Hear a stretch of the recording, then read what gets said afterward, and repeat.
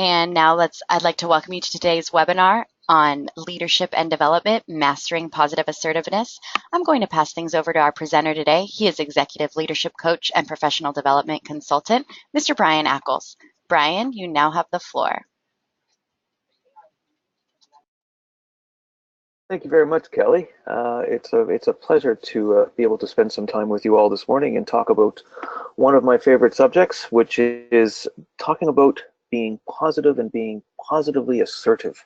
So let's jump in and look at what we have for objectives for the next little while that we're together.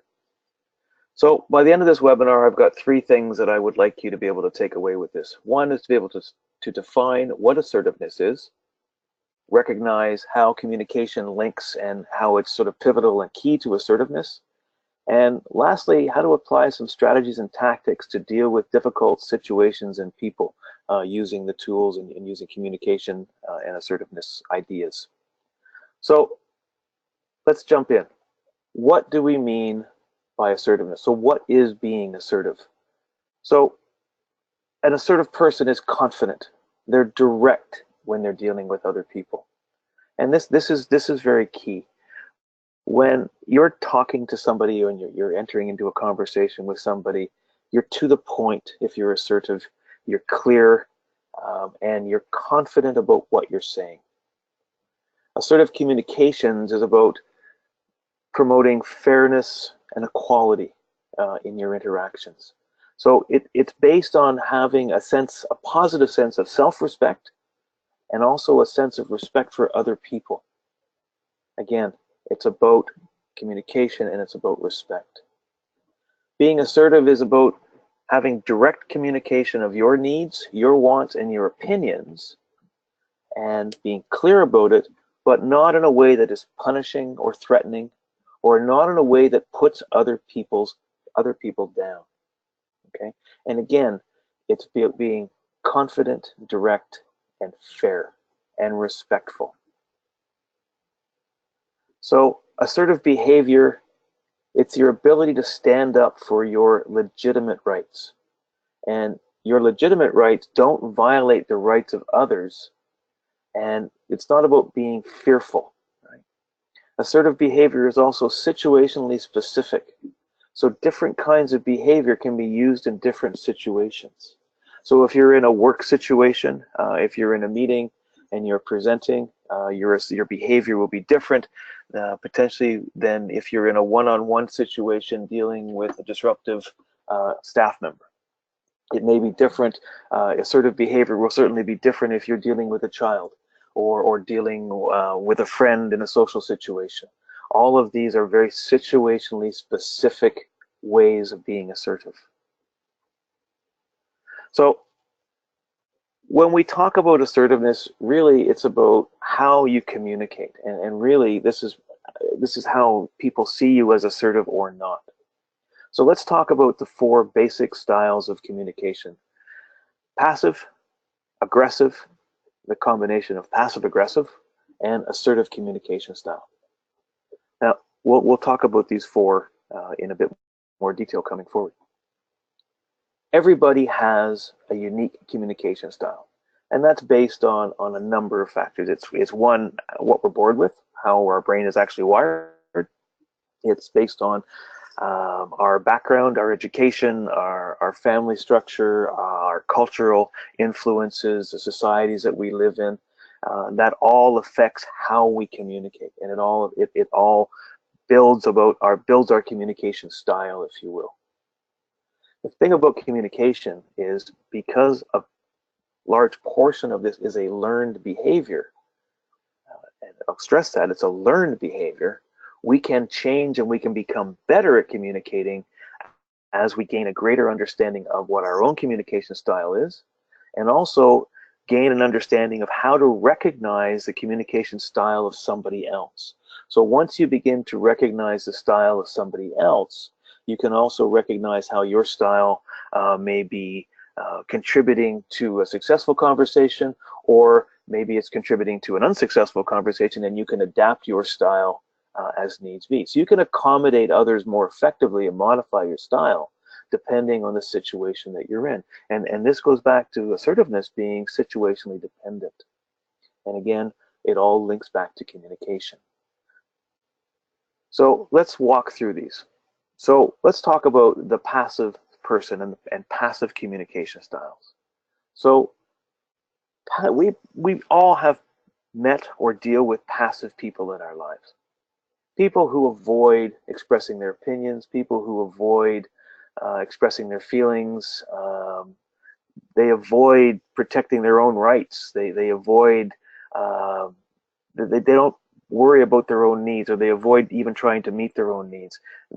Passive people are very insecure. They have very poor eye contact with people. When you're talking to a passive person, they'll be tending to look away. They really won't want to make eye contact with you. Their body posture will not be very clear. It'll be kind of slumped, and you'll get a lot of apologizing, whether directly or indirectly. You'll see words like sorry, or no, I didn't mean to interrupt you, or no, sorry about that. Yeah, no, I'll just listen if you don't mind. And you'll get a lot of and yeah, sorry, yeah. So you'll get a lot of that type of communication, and just you feel that they don't really want to stand up and be counted, if you will. So now let's go to the exact opposite of that. And we go to the aggressive person. Now, an aggressive person really doesn't care about anything else but themselves, right? They'll communicate in a way to violate the rights of others. Doesn't matter. It's all about them. They have the right to speak their mind. It doesn't matter what they say. It doesn't matter who it affects. It doesn't matter what the outcome of what they say. Aggressive communicators are typically or often verbally or physically abusive, or both. You'll have people who are jabbing their finger at you. They're pushing. They're right in your face, or they're actually physically touching it while they're talking, and it's loud. It can be very intolerant types of communication. They have low tolerance for frustration. They use humiliation. They'll put people down. They'll interrupt people frequently. These are the type of people it's almost impossible to have a conversation with, because, as I'm sure you've all heard the expression, they love the sound of their own voice. So they're constantly trying to keep the conversation to them, focused on them. So they'll keep interrupting you. They will criticize people. They will blame other people for whatever's going wrong. They will attack other people. And they're very direct in their eye contact. They will be staring at you intently while they're talking to you. And aggressive people are really not very good listeners. And we'll talk more about listening as we move through this webinar.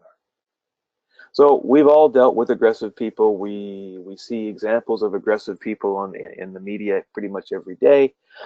So they're relatively easy to recognize. Hopefully, you don't have many or any of these people in the workplace, because they tend to move through the workplace relatively quickly, depending on their ability to hide or not. So now let's put this together and talk about the passive aggressive person. Now, passive aggressive is these are the people that can be hard to suss out.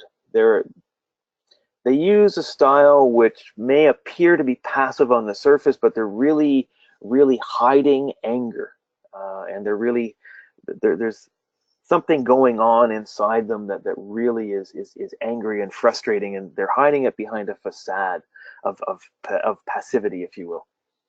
Now, passive aggressive people you'll often see them sort of quietly talking or muttering to themselves.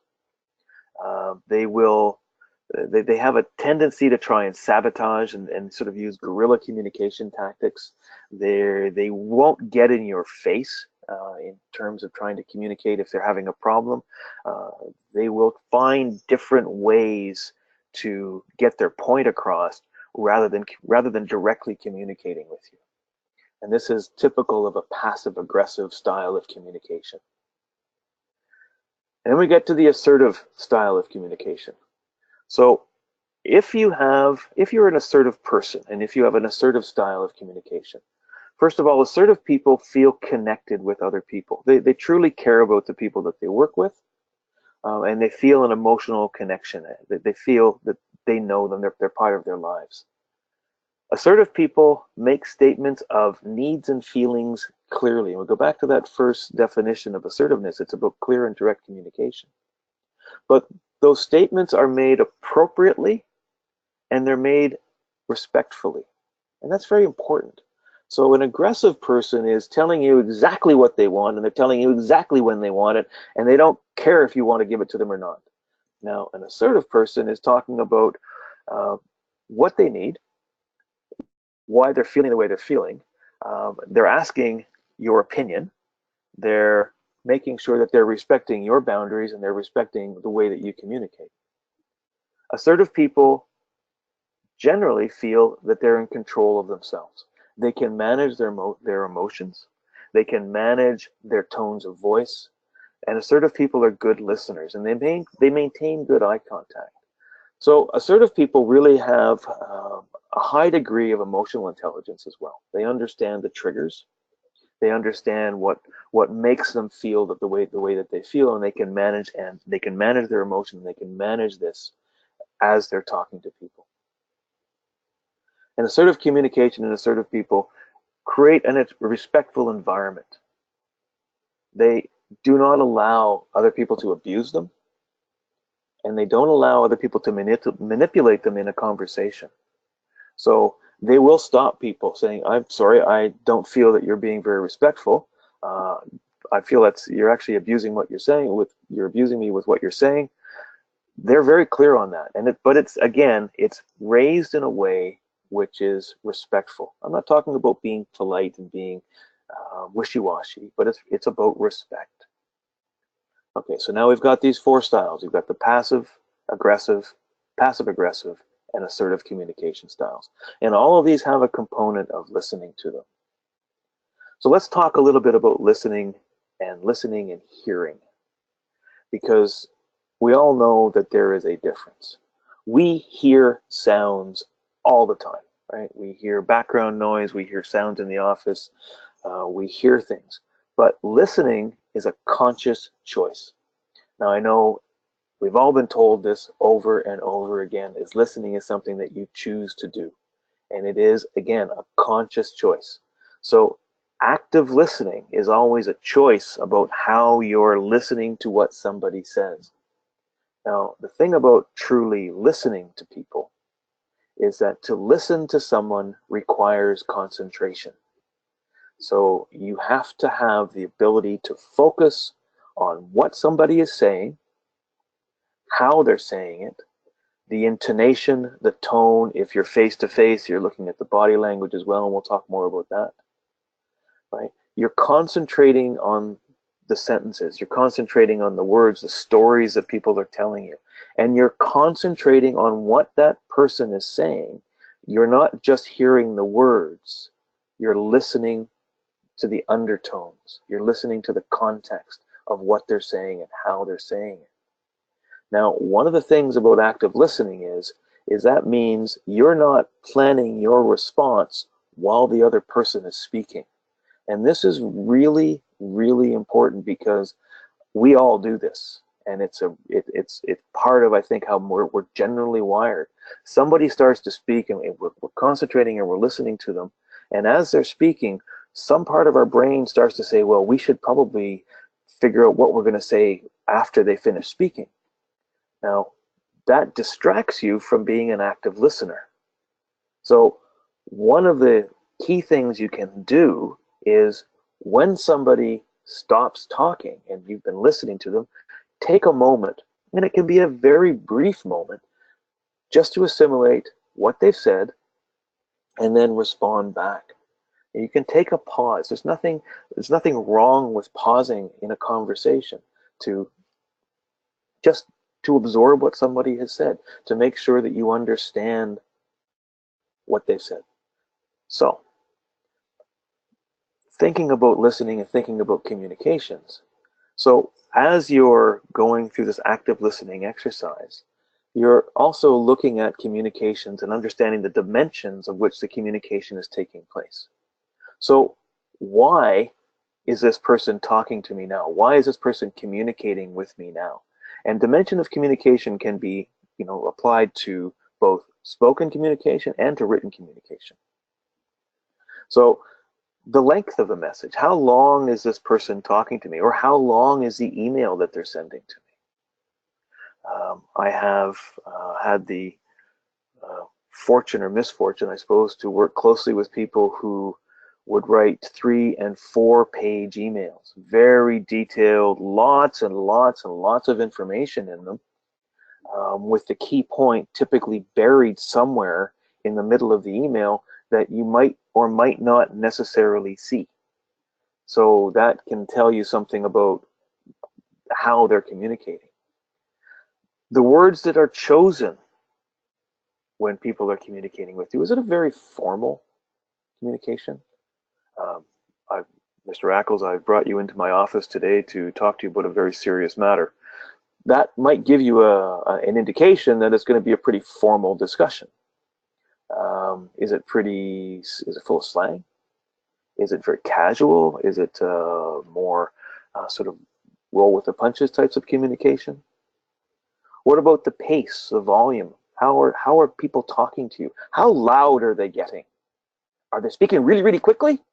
Or are they trying to speak in a measured way to make sure that they're being heard and understood clearly?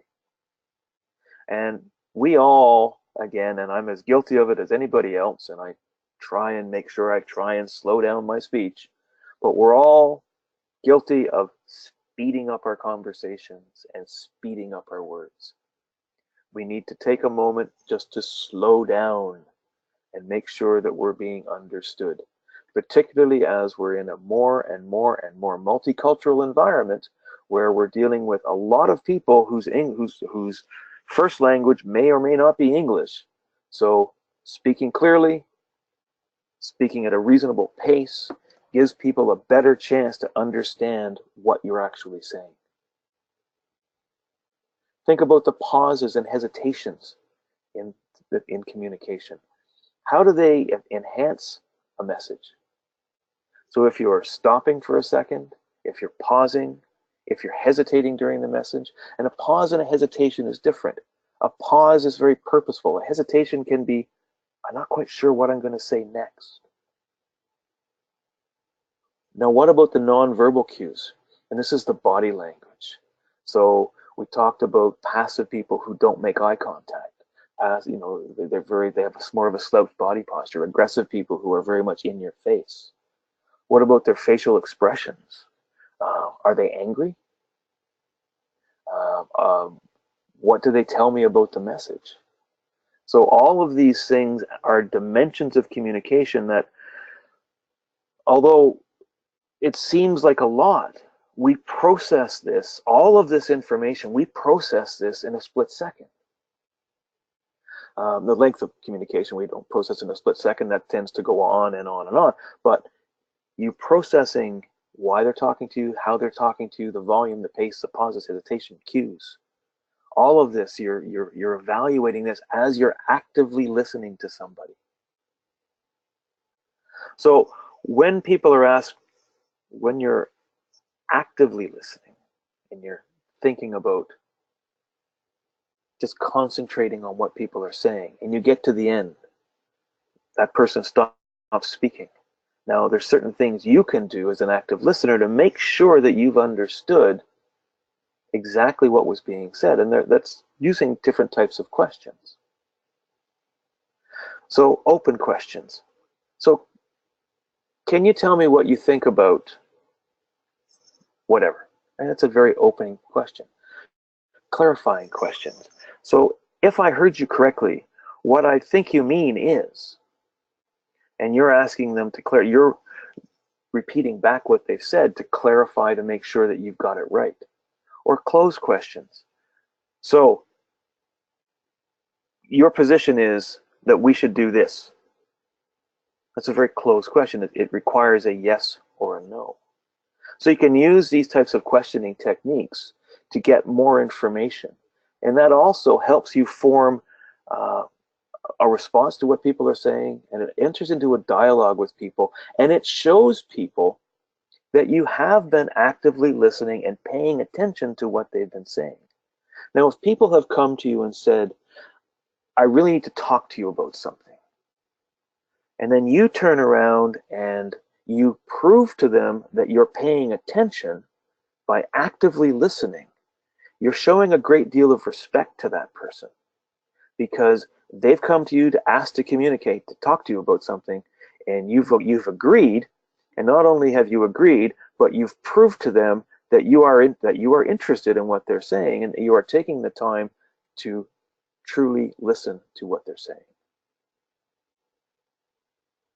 So as we go through all of this, you also have to understand how your thoughts impact on how you communicate and how you listen to people. So how positive are you? What type of thinker are you? What are your typical thought patterns? Like, are you a very logical person? Do you like to hear things laid out very clearly and very concisely? Does it bother you when it doesn't? Does your mind wander? Um, do you have a lot of negative thoughts? So let's talk a little bit more about negative versus positive thinking. So thinking about negative things all the time is easy. It's easy to fall into the, yeah, that didn't work. Well, yeah, go figure, you know. Kind of expected that wouldn't work. Or, yeah, well, it didn't work again, so what? You know, oh, wow, that person cut me off, figures. Whatever. Negative thinking is easy because you don't really have to think about it. It's just something, yeah, just blurt it out.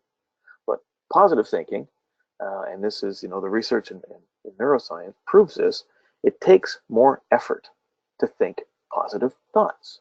Now, especially if you're not used to thinking positive thoughts. If we're typically a doom and gloom person, then doom and gloom is easy because it's sort of the pattern we get into, and it's the pattern we're comfortable with. But positive thinking means that you're thinking in a way that is looking for the best in life, looking for the best in what people have to offer.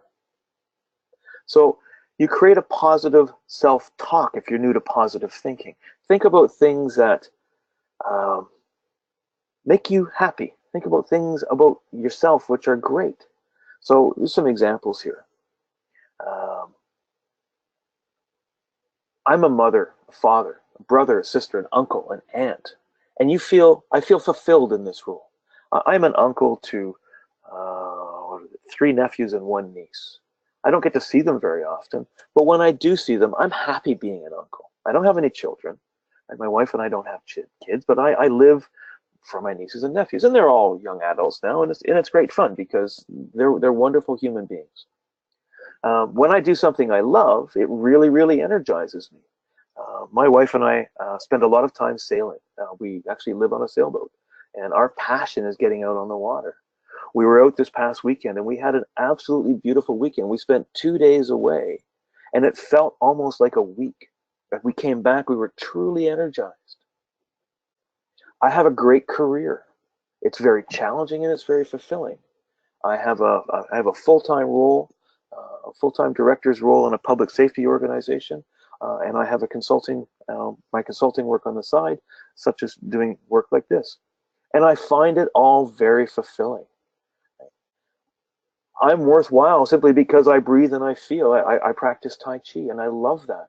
When I finish my Tai Chi sessions, and it's something my wife and I do together, we both feel wonderful. We're both much more aware of ourselves because of it. So think about these things. Think about the positive self-talk you can create for yourself, for your own situation. What makes you a wonderful person? And every single one of us is a wonderful person in one way or another. Right? And that, if you're positive in your own attributes and you're positive in your own mind, that's going to affect your communication. And it's going to affect how you view the world, and it's going to reflect how you respect people. Because you will feel a great deal of respect for yourself And if you respect yourself, you're finding it much easier to respect somebody else.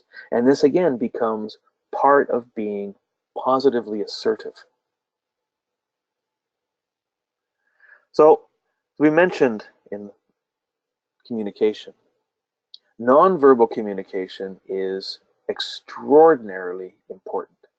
Now, functionally and basically, this is communicating without words. It's your body language. And we've all heard the term body language. There's songs about body language, and some of them may be going through your mind right now. Nonverbal communication lets people know what's truly on your mind more than what your voice or your words do. And that's a really important point, because your words have to agree with your body language. So studies have shown that as much as 93% of communication effectiveness is from non-verbal cues. So the impact of performance was 7% of the words used impacted people's performance. 38% of the voice quality impacted performance. And 55% of the non-verbal communication impacted the performance or impacted the results of the communication. So if you think about this, if your communication is in conflict, if your words are in conflict with your body, right, people won't believe you. It's incongruous. Right? If your words are saying positive things and your body is going doom and gloom, right? If you've got a slump body posture and you're just like, oh my goodness, what's going to happen? But your words are really bright and cheerful, or your body, your voice quality is bright and cheerful, but 55% of your communication is not. That will lead to a breakdown in trust and a breakdown of how much people are going to actually believe what you say. And this is really, really important. And this is something you can actually practice. You can practice speaking in front of a mirror. And it sounds odd, people say, oh, you'll talk in a mirror. If you have to give a speech, if you have to give a talk, practice in front of a mirror. As weird as it sounds, and if for any of you that have done it, you know that this works. Once you get over laughing at yourself, and we will all laugh at ourselves when we start talking to ourselves in a mirror, you start to recognize your facial expressions and how you use your facial expressions while you're talking to somebody, and how you use body movements, and how you use your hand gestures, etc. So think about this when you're thinking about communicating or you're planning on giving a talk, and you have to understand all of these factors. So understand the positive thinking, understand your body language, understand the words that you're going to be saying, understand your delivery style, about being respectful. And it's all about creating this full-on communication package, if you will. So some key components of body language. Eye contact. Now, you don't want to have the piercing stare. The piercing stare can be somewhat unnerving to people, and can be seen somewhat as you might come off something like a sociopath, which is probably not the look you're going for. So you're making direct eye contact with people, but you're not staring at them.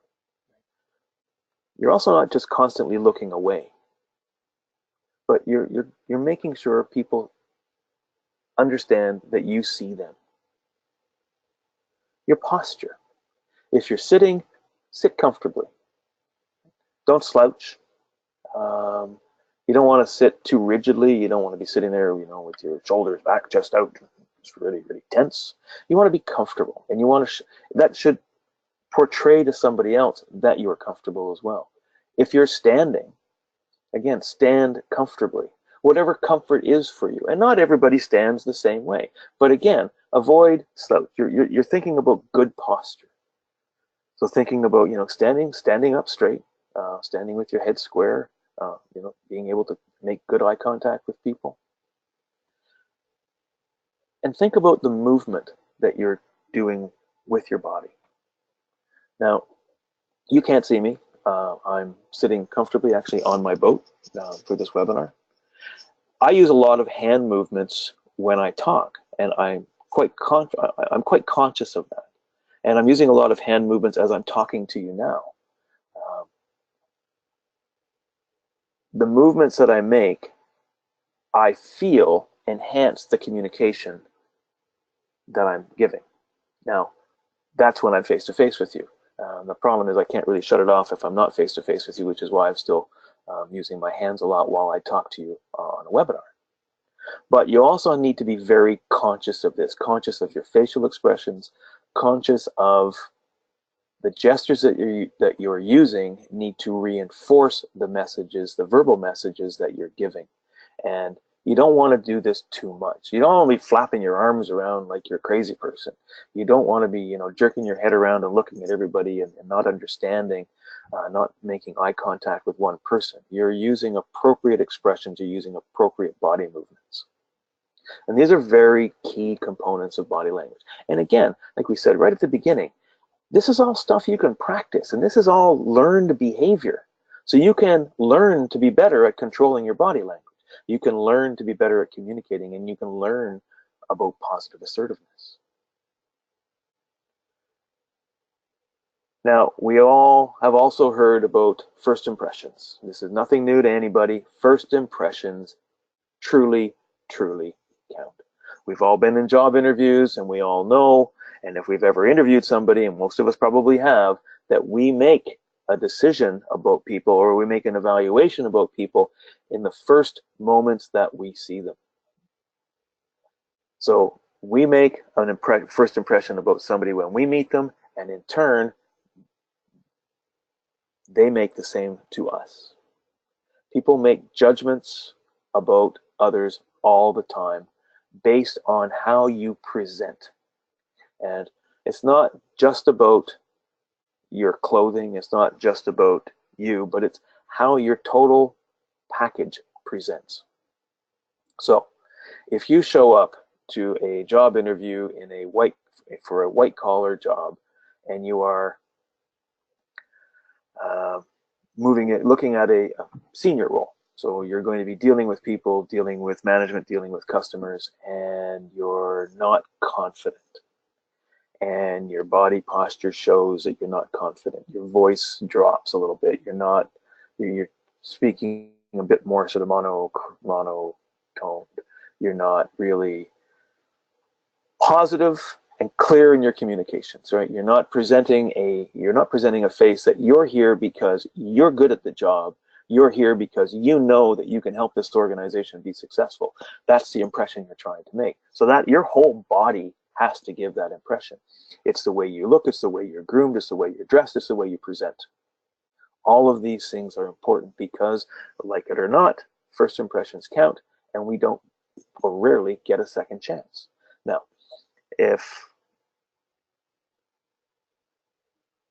how can I put this? If you're on the end of making a first, receiving a first impression of somebody, so someone's coming in to talk to you, and your first impression is maybe not as positive as it could be, you can also be aware of this yourself and take the time to listen to what somebody is saying and give them the chance so that you give them a second chance to make a better impression. Because oftentimes what skews first impressions is basic nervousness. If you're nervous about something, you're going in because you really, really want the job, because you really, really want to make a good impression on a sales call, right? All of this can make you a bit nervous, and that can skew how you would normally be presenting. So you think about this, and if you're on the receiving end of this, particularly in a hiring situation, more so than anything else, gives people the second chance. Think about that. So tactics and first impressions. Body language. Body language makes up 55% of your communication. So your body language must match what you're saying, and it should be positive, clear, concise. Like it or not, dress and grooming is important. It's not about how much money you spend. You don't need to go out and buy Brooks Brothers clothes or whatever, but it's about wearing clean, unwrinkled, event-appropriate clothing. And that's very key. Event-appropriate clothing. And you need to be groomed neatly. Right? There's no prescribed way that you need to look. Right? You can have short hair, you can have long hair, you can have a beard, you cannot have a beard, you can wear makeup, you cannot wear makeup. And that's across gender, by the way. It doesn't matter, but it's about being neat and event appropriate. Don't show up for an interview in a warehouse wearing a suit. Don't show up to a sales call at a ranch wearing a Brooks Brothers suit and loafers. Don't show up at a sales call at an IT company wearing jeans and a t-shirt.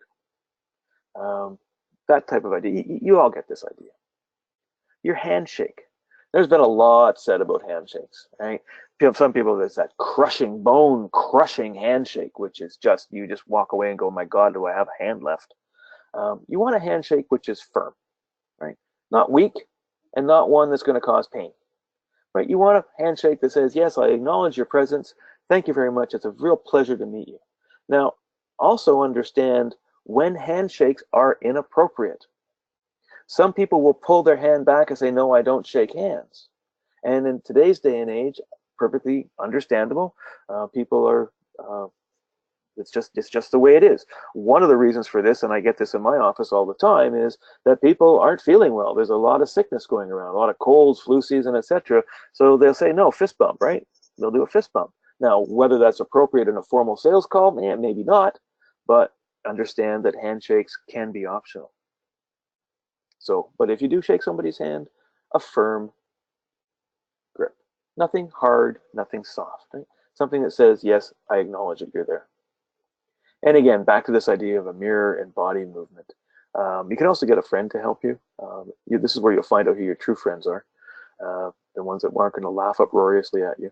But they can give you some positive comments and realistic feedback as to how you seem physically when you're talking to them. And they can give you support. Videotaping your own self is another way of doing this, so you're not doing it in front of a mirror. So set up a video camera. We've all got smartphones. Stick it on a stick. Take a video of yourself giving a short presentation. Sit in front of your laptop and do it. And then watch it and look for the cues. Look for things that you would like to change. Again, this is all part of how you can manage your own communications. Sound confident. Right? 38% of communication is about how you sound. If you don't really sound like you know what you're doing, messages are kind of received, but it's about, communication is kind of important. Apparently, the quality of your voice and your tone and control all make a difference to how confident you sound. If your voice drops off like that, you're probably not sounding very confident. So, you need to be clear on what you know and that you're confidently communicating that to people. Reduce your anxiety, right? Finding quick relaxation activities can help you. If you've got to give a talk and you're nervous about giving a talk, take a couple of minutes beforehand by yourself and just do some breathing exercises. I find that really helps me and that really works for me. Accept the fact that most people have nerves and have the jitters when they first start to speak. It doesn't end, it doesn't stop, but it can be a very powerful energizing force as well. So look for ways to help yourself reduce that anxiety. Understand your worth. Right? Understand that you have a tremendous amount of self-worth, right? You are confident in yourself, right? And that's very, very important. You're in charge of your own destiny. You're happy, you're fulfilled, and you live a meaningful life. Right? You identify as having a high degree of self-worth. Take an inventory of what you have. And if you think about what you have in this wonderful life in the Western world that we have, it's a lot. It's a tremendous amount. Right? We have the ability to communicate across distances. We have the ability to partner with a number of different people. We have the ability to learn and be exposed to multiple cultures and multiple views and multiple ways of thinking. We have places to live. We have cars to drive. We have transport that we can use. I live in Vancouver. We have bike lanes everywhere if you want to bike around. We have a wonderful life. I have a wonderful life. I'm very happy with what I have. I'm very happy with my partner of 33 years. Uh, I have a high degree of self-worth, and I truly believe that. I truly feel that um, I'm confident that what I've got it, and that I can share things with other people. Identify your own worth. Know that you're good. So let's talk last about being assertive in difficult situations. And we've all faced these. For any of you that are managers out there, we've all faced the difficult employee, the person that we have to deal with in a challenging situation. If you're in sales, you've certainly dealt with difficult customers. If you're a customer, you certainly dealt with difficult suppliers, difficult vendors. So there's always something that you're going to deal with in a difficult situation. So a difficult person can be anybody, your boss, your coworker, colleague, somebody in another company, somebody that's in the coffee shop. They may behave in a way that is very disruptive to your business and very disruptive to your life outside of work. In a work setting, this person can really disturb the workflow and really disturb the team, and can lead to a lot of flared tempers, can lead to an excess amount of gossip, etc.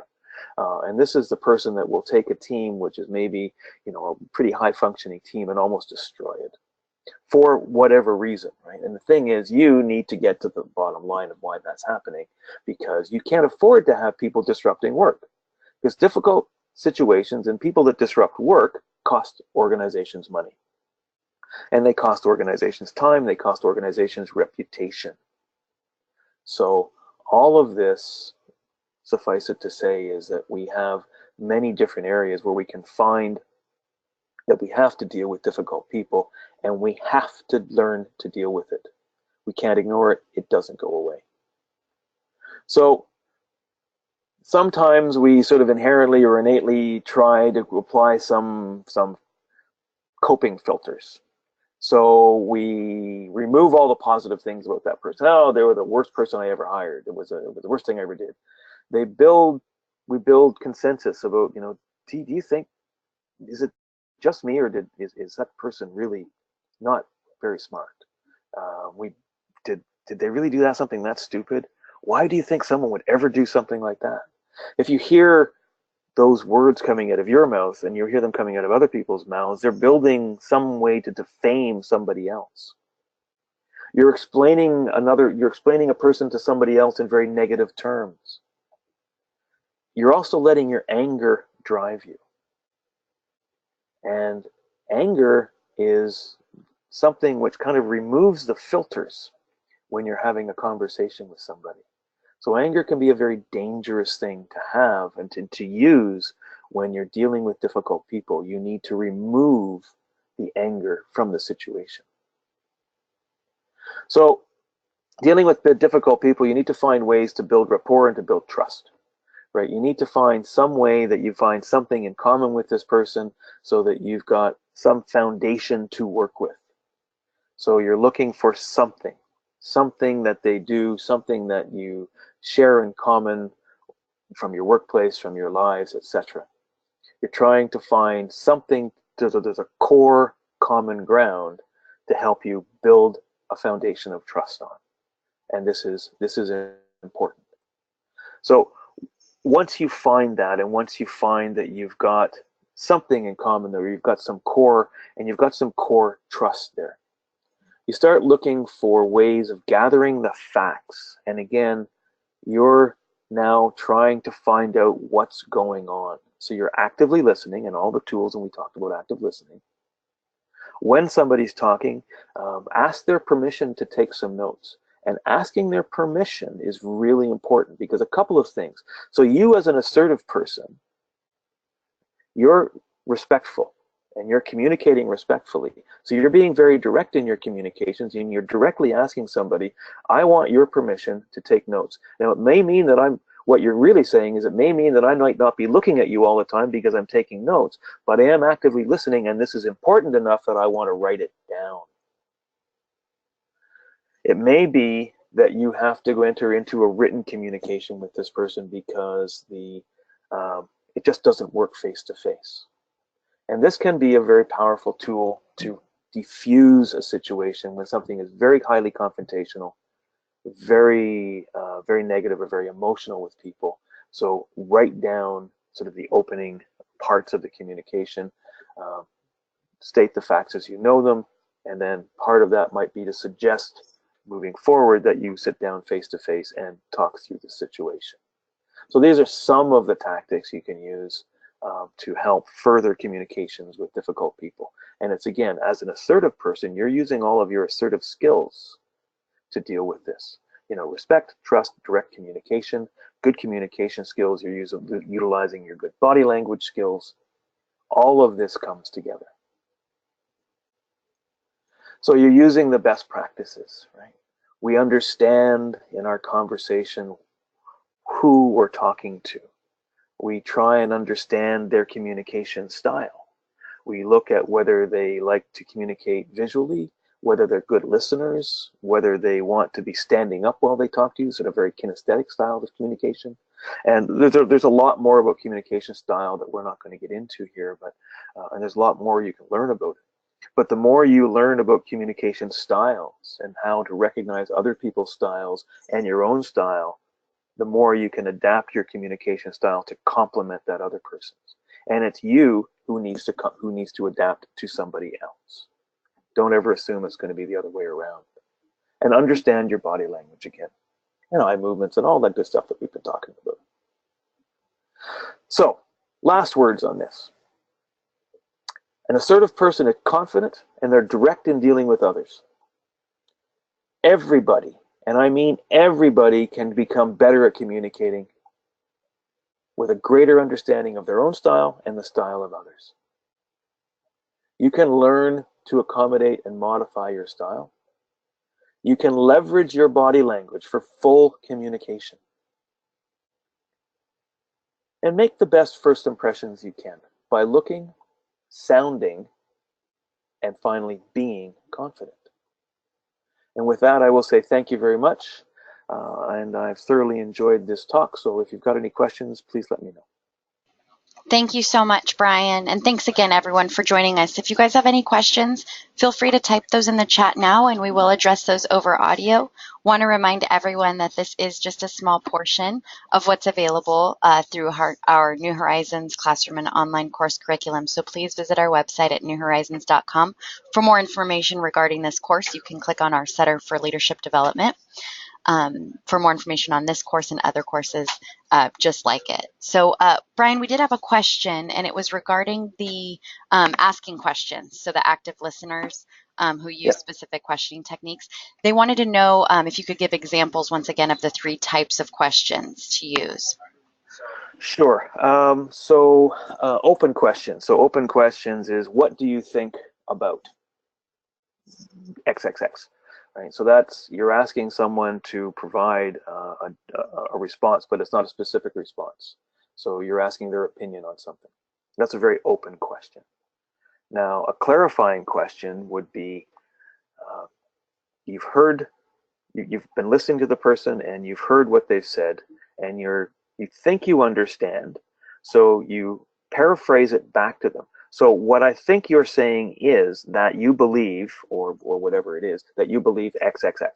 So you're asking for clarification about what you've heard. And then a closed question is, you're looking for a very specific response. So, do you think that we should use this color on this wall? Yes or no?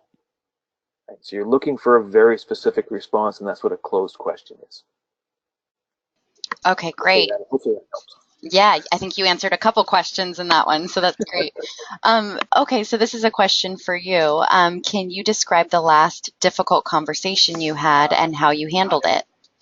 Oh, yes, I can, actually.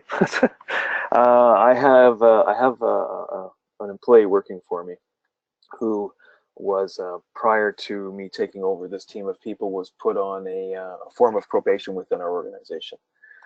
And that probation was, he needed to demonstrate 3 particular things in a certain time frame, in a 12-month period. And it got to the end of the 12-month period, and he had not done any of the 3 of them. And what the consequences of that was that he was going to be demoted in pay grade. We weren't going to be letting him go, but we were going to be rolling him back to a lower pay grade. So I made him aware that we were going to be having this conversation, and we went into a room, and I was very prepared for this particular individual because he's a very difficult person to deal with. So I spent a lot of time being very clear on what I was going to talk to him about. I actually wrote it down. I actually wrote it down longhand because for me that helps me remember. I wrote down longhand, the points that I was going to cover off, the types of questions I was going to ask him, and that really was looking at open-ended questions, clarifying questions, and closed questions, and a lot of closed questions for this particular instance. The room that we sat in was quite small. I introduced it, planned out, introduced what we were going to be talking about, gained his agreement that this was how we were going to talk, what we were going to talk about, went through the points, and as he objected to everything, as I knew that he was going to, kept the conversation very, very factual, refused to get angry, refused to rise to any of the comments, the very negative comments that he was making. He was getting very emotional. At the end, calmed him down to a point where it was, okay, you understand that this has happened. This was what was set up. This was what was evidenced by what you've done. You've brought up these points. I respect that, but at the end, you still haven't satisfied the 3 conditions. And he grudgingly agreed that he had not satisfied the 3 conditions. And he did take it to my boss. He did complain, and he did actually ask my permission to talk to my boss about this, which I freely gave. Said, please feel free to talk to my boss about this. That's fine. But it was a very planned, very controlled conversation.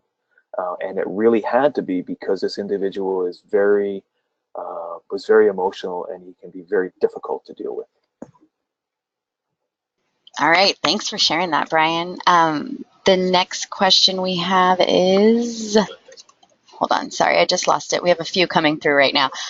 Would you agree that the communication style depends on the importance of the relationship? Communication style depends on the importance of the relationship. I would say that your communication style adapts to the importance of the relationship. Absolutely. If you have a very strong relationship and a very good relationship with somebody, your communication style may be more relaxed than formal. If you are dealing in a situation which is you're dealing with somebody who has some control or some authority, and you're unsure of how your message is being received, your communication style is going to be a bit more formal, perhaps.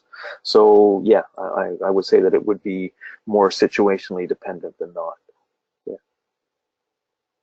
Okay, and then how would you address a manager who is in the center of negativity within a department and causing high turnover, but upper management does not want to address it? So I presume that question would be coming from somebody who works for this manager, and that can be quite difficult to deal with. So you're dealing with somebody who is your boss, or dealing with a boss or somebody that's in a management position above you. Now, depending on your relationship, you can have a discussion with this person about the negative talk. Depending on your relationship with other managers, perhaps you may approach it sideways and talk to this manager's peers and colleagues. And if you know somebody well enough to have a frank and a respectful conversation. And again, being open, direct, and respectful in that conversation with whoever it is you're going to get to. Sometimes it can be easier to go to one of this person's colleagues and raise it, and they might be able to raise it with them, depending on the nature of the relationship. It is a difficult situation, though, and all you can do is counter that person's negativity with your own positive messaging. And if you can get that positive messaging through to more senior management, in one way, shape, or form, they can maybe work with this person to change their negative messaging to more positive as well. Lots of nuances in that answer, and I'm sorry I can't be more precise without knowing the situation in a bit more detail. All right, and how would you communicate with a bully in management and stay in control of the situation? Yeah, that's tricky. It's not really tricky. It's you need to be very aware of your emotional cues and your emotional triggers. We all deal with bullies, and they can be very aggressive people. That's typically what they're typically aggressive communicators.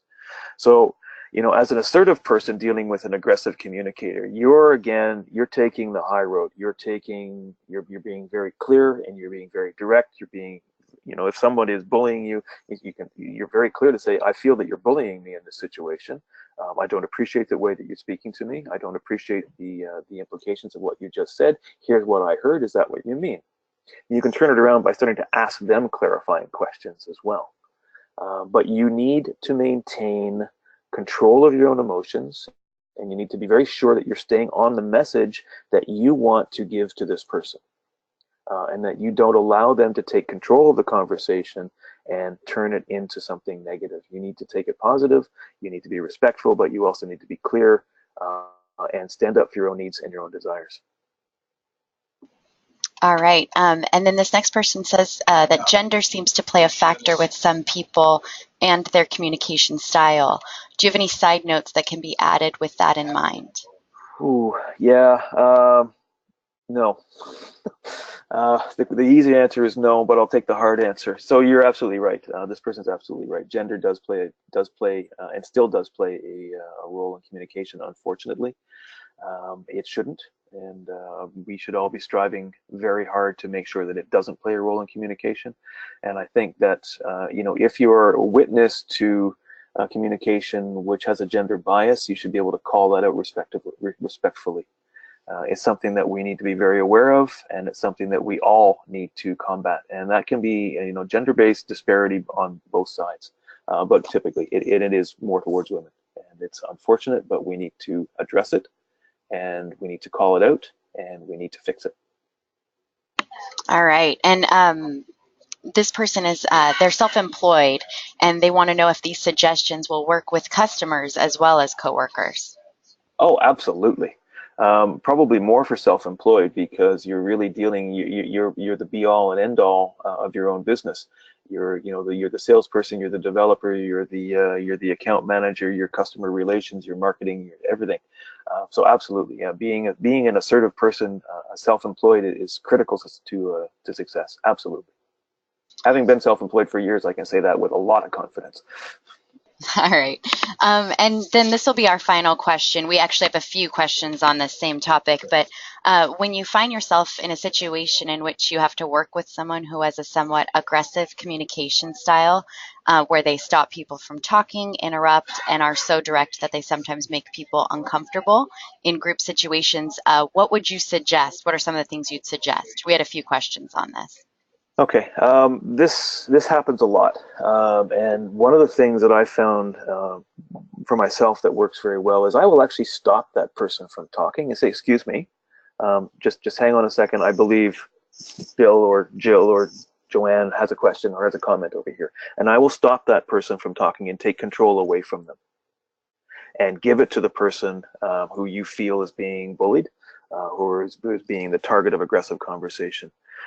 As an assertive person, you can do that with a lot of respect, and you can actually control that communication environment by calling it out, but calling it out in a way that allows that person to maintain their dignity, and eventually they will get the message, and they will perhaps modify their conversation or their tone or the way they communicate.